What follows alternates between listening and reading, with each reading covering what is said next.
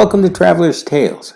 I am your host, Greg Alonzo. Today I will be your guide through history as we take a look at Could Nostradamus See into the Future? Before we begin, just a quick reminder to like, comment, and subscribe to our channel.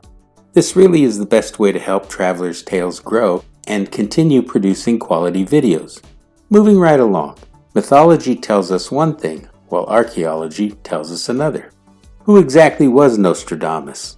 Could he actually see into the future? Let's start with his name.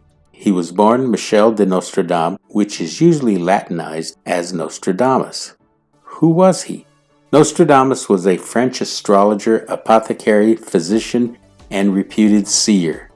He is best known for his book, Les Prophéties, which was published in 1555. The work consists of 942 quatrains allegedly predicting future events. Nostradamus' father's family had originally been Jewish, but had converted to Catholicism a generation before Nostradamus was born.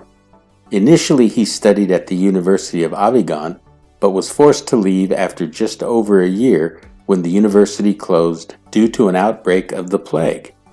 He then worked as an apothecary for several years before entering the University of Montpellier.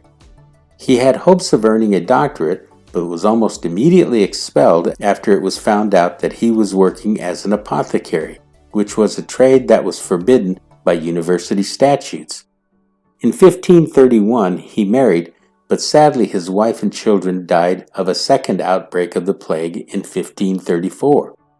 Constantly working at the side of doctors, in 1550 he wrote an almanac which proved most successful. He focused on his work in preventing and treating the plague.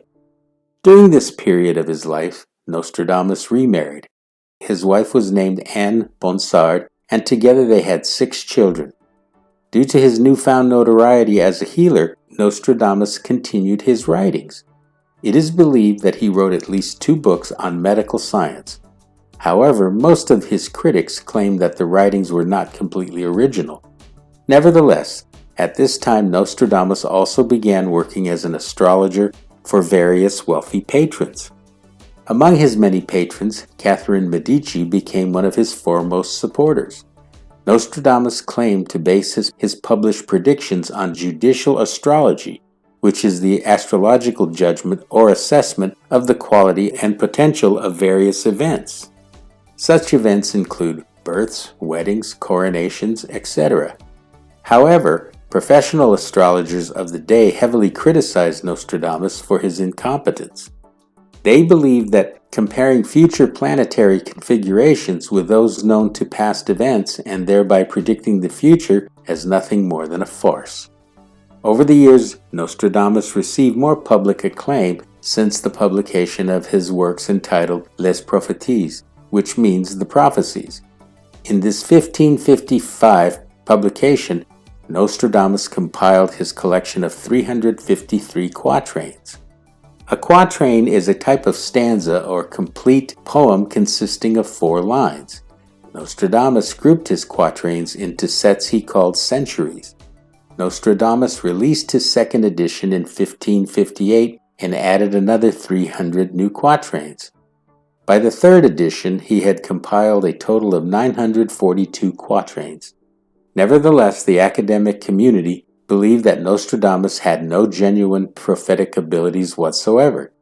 They maintained that the associations made between world events and Nostradamus' quatrains are a result of misinterpretations and or deliberate mistranslations.